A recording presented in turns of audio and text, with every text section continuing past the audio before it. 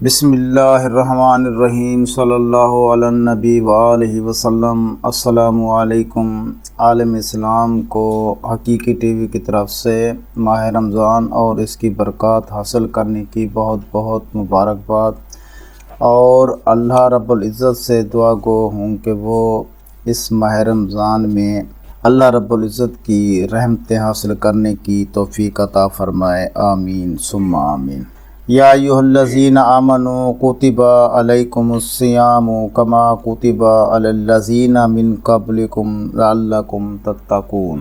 اے ایمان والو، تم پر روزے فرض کیے گئے ہیں جیسا کہ تم سے پہلے والے لوگوں پر فرض کیے گئے تھے، تاکہ تم پرہیزگار متقی بن جاؤ۔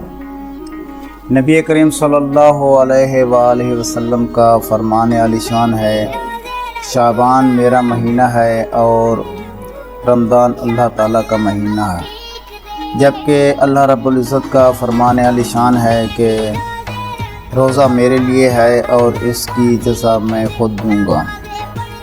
تاجدار رسالت محبوب خدا خاتم النبیین محمد صلی اللہ علیہ وآلہ وسلم کا فرمان عالی شان ہے کہ جس نے رمضان کے روزے رکھے اور اس کے حقوق کو پہچانا اور ان کی حفاظت کی تو اس کے پہلے والے گناہ مٹا دیے جائیں گے۔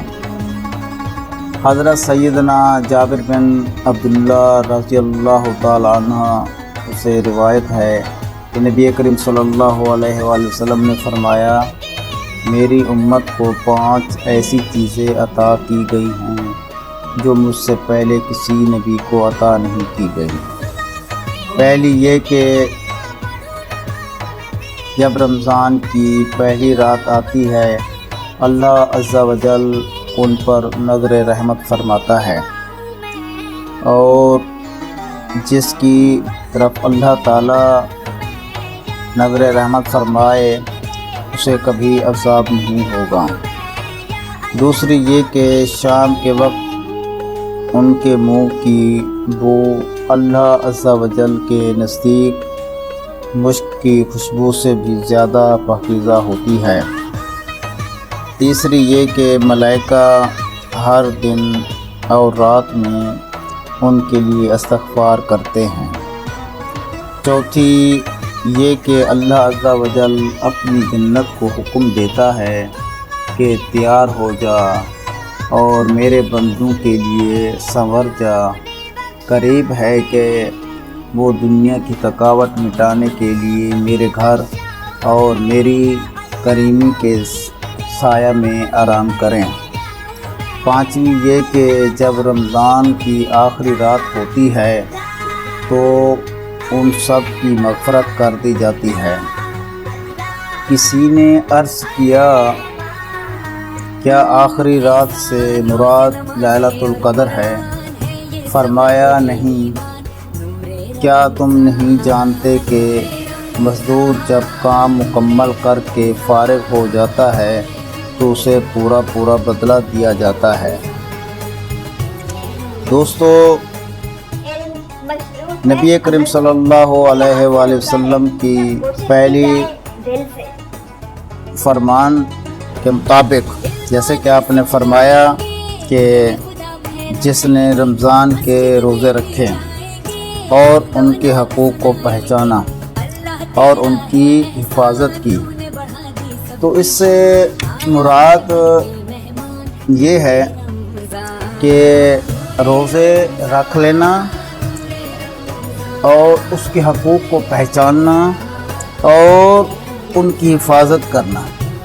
مطلب یہ ہے، اس کا خلاصہ یہ ہے کہ روزے کے جو حقوق ہیں ان کو بھی دیکھنا چاہیے اور ان کی حفاظت، مطلب یہ کہ جسم کے جتنے اعضاء ہیں ان کو بھی روزہ ہونا چاہیے۔ مثال کے طور پر آنکھ ہے تو آنکھ کو بے حیائی سے بچا کر اللہ تعالیٰ کے قرآن کی طرف اپنی آنکھوں کو جھکانا اور قرآن کو دیکھنا۔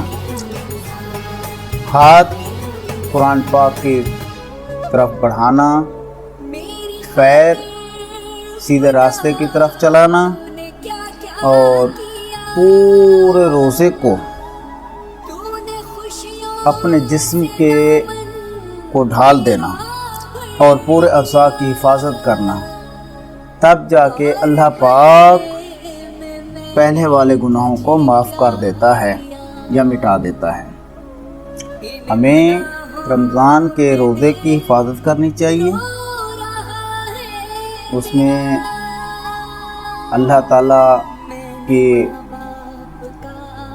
فرمان کو یاد کرتے ہوئے اللہ تعالیٰ کے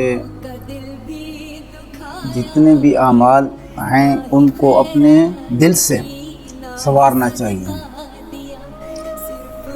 اور اس میں میں آپ کو کچھ وظائف بتاتا ہوں، ان کو بھی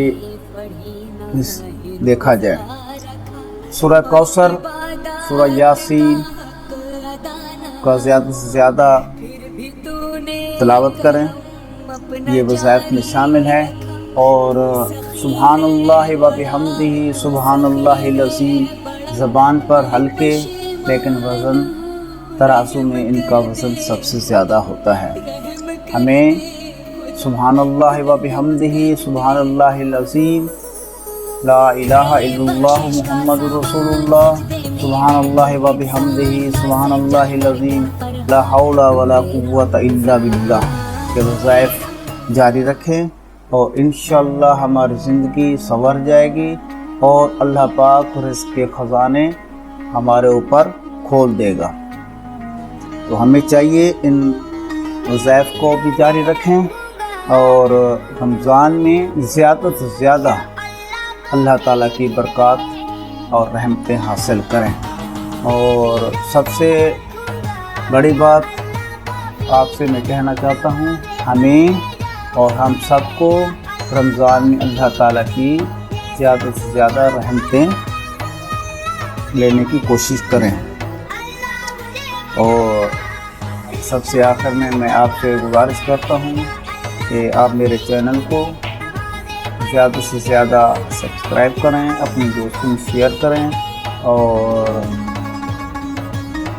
تب تک کے لیے آپ سے اجازت۔ محمد بلال کو اپنے دل میں اپنی محبت میں یاد رکھیے گا، اور زندگی رہی تو انشاءاللہ ایک نئی ویڈیو کے ساتھ آپ کے سامنے حاضر خدمت ہوں گے۔ تب تک کے لیے اجازت۔ السلام علیکم ورحمۃ اللہ وبرکاتہ۔